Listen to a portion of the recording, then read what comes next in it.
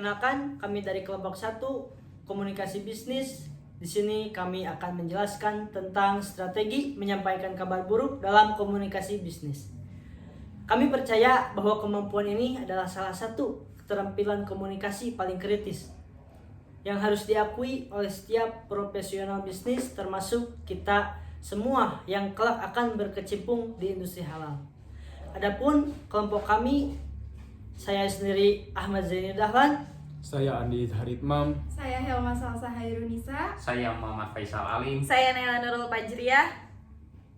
Baik, tanpa berlama-lama, mari kita mulai presentasinya. Baik, sebelum kita masuk kepada inti materi, izinkan saya menjelaskan struktur presentasi kita hari ini. Presentasi kami terbagi menjadi 7 bagian utama. Pertama, kita akan membahas definisi dan konsep dasar kabar buruk. Yang kedua, kita akan membahas mengapa strategi dalam menyampaikan kabar buruk itu sangat penting. Yang ketiga, kita akan membandingkan 2 model pendekatan utama, yaitu direct dan indirect. Yang keempat, kita akan mempelajari 6 langkah sistematis dalam proses penyampaian. Yang kelima, kita akan melihat 2 contoh kasus nyata yang relevan. Keenam, kita akan berbagi tips yang praktis dan hal-hal yang harus dihindari. Yang ketujuh, kita akan tutup dengan kesimpulan. Sekarang mari kita mulai dari bagian pertama. Di sini saya akan membawakan yang bagian pertama dalam materi kali ini. Pertanyaan-pertanyaan yang perlu kita jawab bersama adalah apa sebenarnya yang dimaksud dengan kabar buruk dalam dunia komunikasi bisnis. Menurut para ahli komunikasi bisnis, kabar atau bad news didefinisikan sebagai pesan yang tidak sesuai dengan harapan atau keinginan penerima, yang berpotensi menimbulkan reaksi negatif baik secara emosional, finansial, maupun profesional. Intinya, kabar buruk adalah informasi yang membuat orang kecewa, marah, sedih, atau merasa dirugikan. Nah, dalam konteks bisnis ada banyak sekali situasi yang termasuk kategori kabar buruk. Misalnya, penolakan lamaran kerja atau pengajuan kredit. Ini sangat umum terjadi di perusahaan. Pemutusan hubungan atau seperti PHK, salah satu yang paling berat disampaikan. Produk yang tidak memenuhi standar halal, ini sangat relevan untuk kita di manajemen industri halal. Kerugian finansial perusahaan yang perlu dilaporkan kepada stakeholder, penundaan atau pembatalan kontrak bisnis, dan pemberian sanksi atau teguran kepada karyawan. Dari contoh-contoh ini, kita bisa lihat bahwa kabar buruk bukan sesuatu yang dihindari dalam dunia bisnis. Yang bisa kita kendalikan adalah cara kita menyampaikan. Dan itulah yang akan kita bahas dalam presentasi kali ini. Baik, selanjutnya saya akan berikan kepada Andi. Terima kasih Zaini. Selanjutnya saya akan menjelaskan mengapa strategi dalam menyampaikan kabar buruk itu sangat krusial. Pertanyaannya, mengapa kita langsung saja bilang apa adanya? Kenapa harus ada strategi? Jawabannya ada di slide ini. Ada 4 alasan utama yang perlu kita pahami bersama. Yang pertama, menjaga kepercayaan. Saat kita menyampaikan kabar buruk, mencerminkan integritas perusahaan atau diri kita. Jika disampaikan sembarangan, kepercayaan yang sudah dibangun bertahun-tahun bisa runtuh dalam hitungan menit. Sebaliknya, penyampaian yang profesional justru memperkuat kepercayaan. Yang kedua, menghormati penerima. Setiap orang berhak mendapatkan kabar, seburuk apapun, dengan cara yang bermartabat. Ini bukan hanya soal sopan santun, ini soal menghargai kemanusiaan seseorang. Yang ketiga, mengurangi resiko konflik. Kabar buruk yang disampaikan tanpa strategi sering berujung pada kesalahpahaman, kemarahan, bahkan tuntutan hukum. Strategi yang tepat meminimalkan risiko itu. Keempat, membuka peluang solusi.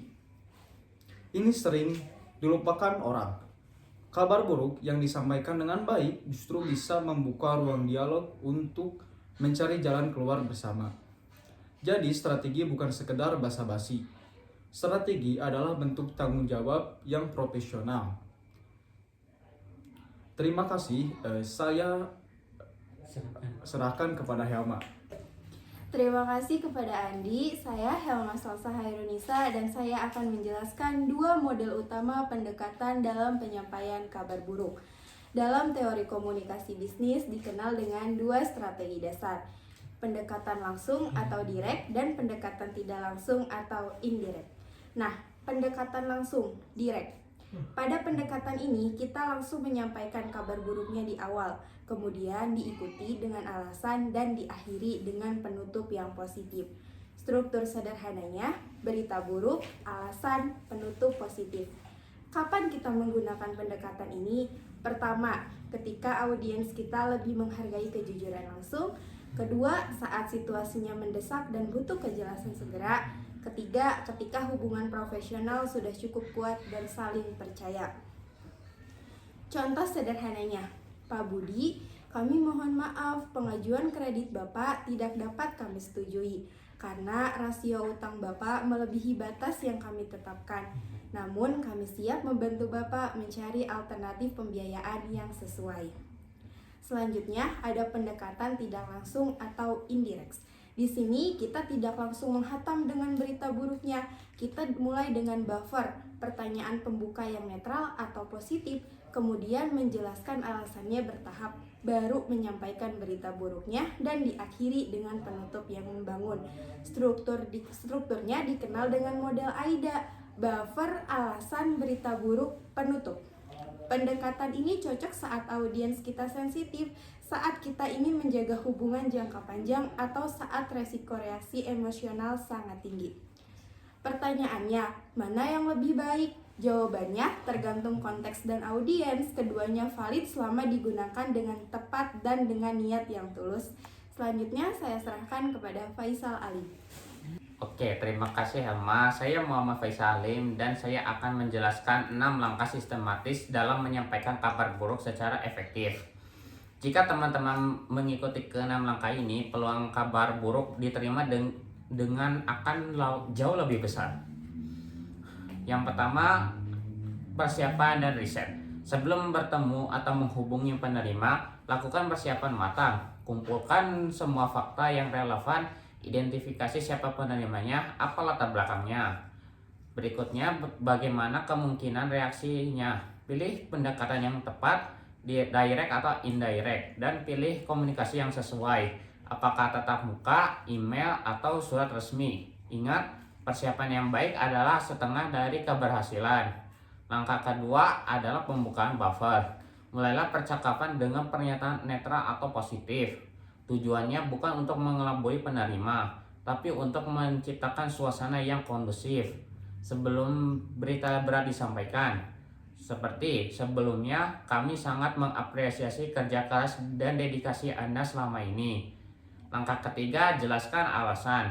Sebelum menyampaikan berita buruknya, berikan konteks yang jelas. Jelaskan mengapa keputusan ini diambil, apa dasar pertimbangannya. Orang lebih mudah menerima kabar buruk jika mereka memahami alasannya. Langkah keempat, sampaikan kabar buruk. Inilah inti dari komunikasi ini. Sampaikan dengan jelas, singkat, dan tidak ambigu. Jangan berputar-putar atau terlalu banyak eufemisme.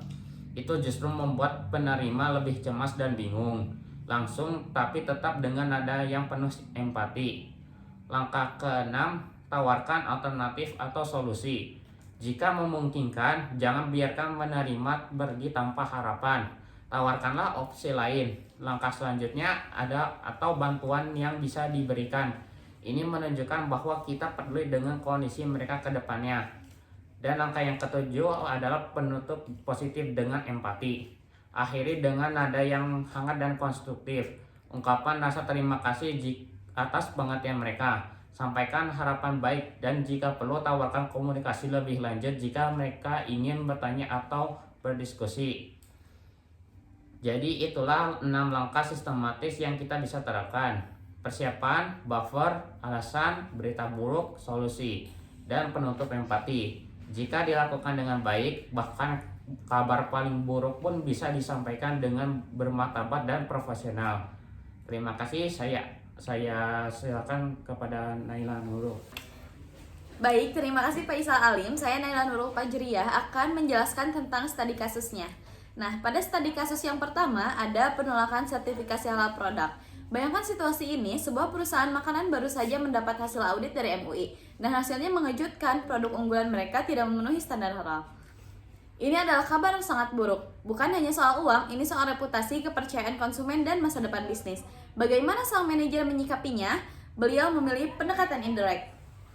Ia mengawali rapat dengan mengapresiasi kerja keras tim selama ini, kemudian menjelaskan standar ketat yang ditetapkan MUI dan mengapa standar itu ada. Baru setelah itu, ia menyampaikan hasil audit yang mengecewakan tersebut dan langsung di saat yang sama, ia memperkenalkan rencana perbaikan selama 30 hari. Hasilnya, tim tidak hancur moralnya, justru mereka termotivasi dan produk tersebut berhasil resertifikasi hanya dalam waktu 3 minggu. Di kasus kedua, ada pengurangan karyawan atau efisiensi perusahaan. Situasi yang tidak kalah berat dari yang sebelumnya. Sebuah perusahaan distribusi harus merumahkan 15 karyawan karena omset turun 40%. Di sini HR manager memilih pendekatan direct. Ia menyampaikan keputusan PHK secara langsung sejak awal pertemuan. Kemudian ia menjelaskan bagaimana kondisi keuangan perusahaan secara transparan dengan data. Dan ia menyebutkan paket pesangon yang sudah disiapkan secara adil. Apa hasilnya? Transparansi justru mengurangi rumor yang beredar. Karyawan yang tersisa tetap loyal karena mereka melihat bahwa perusahaan bertindak jujur dan adil. Dan proses transisi berlangsung kondusif tanpa konflik yang berarti. Nah, dari kedua kasus ini, kita bisa belajar satu hal penting. Tidak ada satu pendekatan yang selalu benar. Yang paling penting adalah membaca situasi, memahami audiens, dan menyampaikan dengan tulus dan penuh empati. Selanjutnya, saya kembalikan kepada Ahmad Zaini Dahlan. Baik, saya Ahmad Zaini Dahlan akan kembali untuk membawakan bagian tips praktis. Setelah memahami teori dan melihat kasusnya, sekarang kita bahas hal-hal konkret yang harus kita lakukan dan yang harus kita hindari. Hal-hal yang harus dilakukan. Yang pertama, pilih waktu dan tempat yang tepat. Menyampaikan kabar di depan banyak orang atau di waktu yang tidak bisa memperburuk keadaan. Pilih ruangan yang privat dan nyaman. Yang kedua, gunakan bahasa yang jelas. Hindari kalimat ambigu yang menimbulkan berbagai interpretasi. Clarity is kindness. Ketiga, tunjukkan empati dan dengarkan. Setelah menyampaikan berita, beri ruang bagi penerima untuk merespon. Jangan langsung kabur setelah menyampaikan. Yang keempat, siapkan fakta dan dokumentasi jika nanti ditanya. Kita harus bisa memberikan data yang akurat, bukan hanya kata-kata. Kelima, tawarkan tindak lanjut. Jangan biarkan penerima berjalan sendiri setelah mendengar kabar buruk. Keenam, jaga kerahasiaan, terutama jika menyangkut individu. Jangan informasi pribadi tersebar lebih dahulu sebelum yang bersangkutan itu tahu. Dan yang harus kita hindari itu adalah yang pertama, jangan menunda-nunda. Semakin lama ditunda, semakin besar juga dampaknya. Jangan menyampaikan lewat WhatsApp atau pesan singkat untuk hal-hal yang serius. Jangan menyalahkan pihak lain. Ini tidak profesional dan tidak menyelesaikan masalah. Jangan gunakan bahasa yang mempermalukan penerima. Jangan tutup semua pintu pertanyaan. Beri kesempatan mereka, si penerima, untuk bertanya. Dan jangan bereaksi defensif jika penerima marah. Itu merespon yang wajar dan harus kita hadapi dengan tenang. Intinya, jadilah profesional yang berempati, bukan robot yang dingin, tapi juga kita bukan orang yang terlalu emosional hingga tidak bisa menyampaikan pesannya dengan jelas. Baik, selanjutnya saya berikan kepada Andi. Baik, terima kasih Ahmad Zaini. Saya Andi kembali untuk membawakan bagian yang menurut saya paling relevan bagi kita sebagai mahasiswa manajemen industri halal. Sebagai seorang muslim dan calon profesional di industri halal, kita bisa memisahkan cara kita berkomunikasi dengan nilai-nilai Islam. Dalam Islam ada 4 nilai inti yang sangat relevan dengan topik hari ini. Yang pertama, sidik atau kejujuran. Islam mengajarkan bahwa kejujuran adalah potensi utama dalam segala hal. Dalam menyampaikan kabar buruk, kita boleh mengurangi atau melebih-lebihkan fakta. Sampaikan apa adanya dengan hal yang tulus. Yang kedua, hikmah atau kebijaksanaan. Allah Subhanahu wa taala berfirman dalam surat An-Nahl untuk berdakwah dengan hikmah dan mu'idzah hasanah. Prinsip ini berlaku juga dalam komunikasi bisnis. Pilih cara dan waktu yang bijak untuk menyampaikan pesan, bukan sembarangan. Yang ketiga, rahmah atau kasih sayang. Rasulullah Shallallahu Alaihi Wasallam adalah teladan terbaik dalam hal empati. Beliau selalu mempertimbangkan perasaan orang lain, bahkan saat menyampaikan hal yang berat. Kita pun harus demikian, tunjukkan kasih sayang yang tulus kepada penerima. Keempat, amanah dan tanggung jawab. Seorang pemimpin atau manajer memiliki amanah untuk menyampaikan informasi penting. Menyembunyikan kebenaran, apalagi yang berdampak pada banyak orang, adalah pengkhianatan amanah. Jadi teman-teman, kita berbicara tentang strategi komunikasi bisnis. Kita sebenarnya sedang berbicara tentang pengalaman nilai-nilai Islam dalam kehidupan profesional. Itulah yang membedakan kita sebagai lulusan manajemen industri halal. Selanjutnya akan disampaikan oleh Helma Salsa. Baik, terima kasih kepada Andi. Saya Helma. Di sini saya akan merangkumkan poin-poin utama dari presentasi kita hari ini. Ada 5 kunci yang perlu kita ingat bersama. 1. Kabar buruk adalah bagian yang tidak terhindarkan dalam komunikasi bisnis yang bisa kita kendalikan bukan bertanya, tapi cara kita menyampaikan.